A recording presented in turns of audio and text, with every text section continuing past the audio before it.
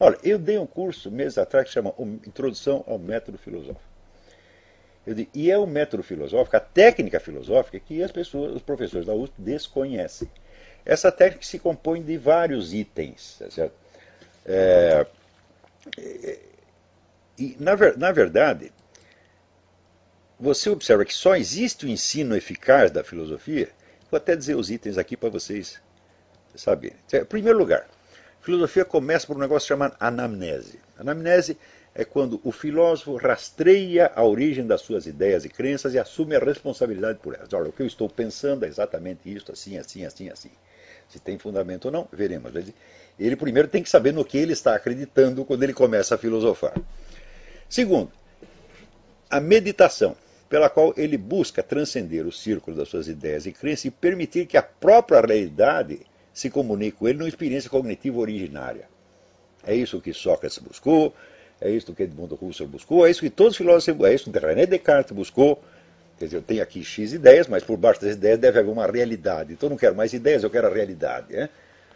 Terceiro, o exame dialético. Através do exame dialético, ele integra a experiência cognitiva dele na tradição filosófica, comparando as suas observações com a de outros filósofos antecedentes, discutindo com eles, ele integra, através do exame dialético, ele integra a sua experiência cognitiva pessoal na tradição filosófica e esta naquela. Quarto, a pesquisa histórico-filológica pelo qual ele se aposta pela tradição. Quer dizer, ele tem que ler os livros de filosofia, ele tem que aprender a técnica de ler os livros de filosofia, de interpretar, de analisá-los, etc, etc. 5. A arte hermenêutica, pela qual ele vai tornando transparente para o exame dialético, tornando transparentes as sentenças do filósofo do passado. Quer dizer, ele vai agora uma interpretação em profundidade, não apenas interpretação de texto, mas a interpretação do peso filosófico das sentenças dos filósofos do passado. E todos os demais elementos da herança cultural que sejam necessários para a sua atividade filosófica. 6. O exame de consciência, pelo qual ele integra na sua personalidade total as aquisições da sua investigação filosófica. Porque não adianta nada o cara ter uma ideia filosófica brilhante num dia, e no dia seguinte ele esquece e passa a falar outra coisa. Né? Nietzsche era um pouco assim, mas Nietzsche tem desculpa porque ele era sifilítico, era doente, maluco, ele só tinha 2 horas de lucidez por dia. Então ele pensa, dá uma sacação genial agora, no dia seguinte ele esquecia falar uma coisa completamente diferente, mas está desculpado.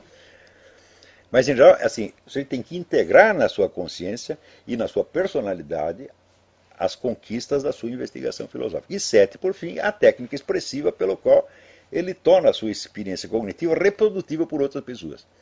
Esses 7 elementos compõem a técnica filosófica.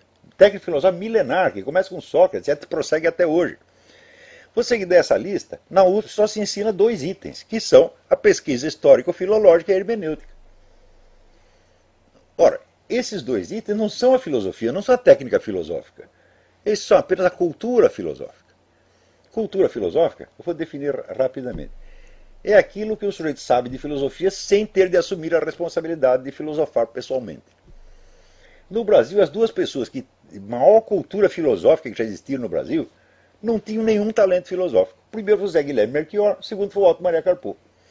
O Zé Guilherme Melchior, quando ele saía do domínio próprio dele, que era as ciências sociais, a história literária, a crítica literária, e se metia a filosofar, caía num primarismo atroz, coisas que chegam a ser ridículas. E o Carpo, ele tinha a prudência de nem sequer se meter em discussões filosóficas.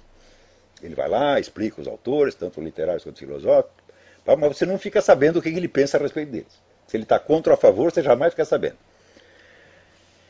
A terceira pessoa de maior cultura filosófica foi o Mário Ferreira dos Santos. Mas o Mário Ferreira dos Santos, para compensar, ele não era um expositor tão bom das doutrinas alheias quanto eram esses 2. Então, cultura filosófica é uma coisa e filosofia é outra. A filosofia implica o domínio da técnica filosófica que se constitui desses 7 itens. O pessoal da USP desconhece completamente esses itens. Eles só são capazes de ensinar a pesquisa histórico-filológica, quer dizer, análise de texto, e história da filosofia, e a hermenêutica, a interpretação do texto. Não passa disso. Então eles estão transmitindo o quê? Filosofia? Não, meu filho, estão transmitindo apenas cultura filosófica, qual é apenas um elemento do conjunto. E para transmitir a técnica filosófica, como é que faz? Basta um professor de filosofia falar, não, não é possível isto. Só pode transmitir a técnica filosófica um filósofo de verdade que esteja no momento do ensino, lutando com as dificuldades internas da sua filosofia, e então ele vai expondo aquilo e mostrando aos alunos como se faz. Só existiu o grande ensino da filosofia onde houve um filósofo vivo e presente no momento mais forte da sua criação. Não é isso? Quer dizer, existem inúmeros depoimentos, tá certo, de alunos, de estudantes, sobre os grandes professores que tiveram. Os quais eram grandes professores porque eram também grandes filósofos. E estavam filosofando no momento da aula. Não é assim que vai pegar um conteúdo pronto que ele pegou num manual e explicar para os alunos. Não, ele está criando a sua filosofia naquele momento, diante dos alunos. Isso, você vê, por exemplo, Santo Alberto, que foi professor de Santo Tomás de Aquino, Hegel, né, Émile Boutroux, Félix Ravesson, Edmund Husserl, Ortega y Gasset, Alain, Croce, Cassirer, Rosenstock. Foram todos grandes professores porque eram grandes filósofos e filosofavam na frente dos alunos.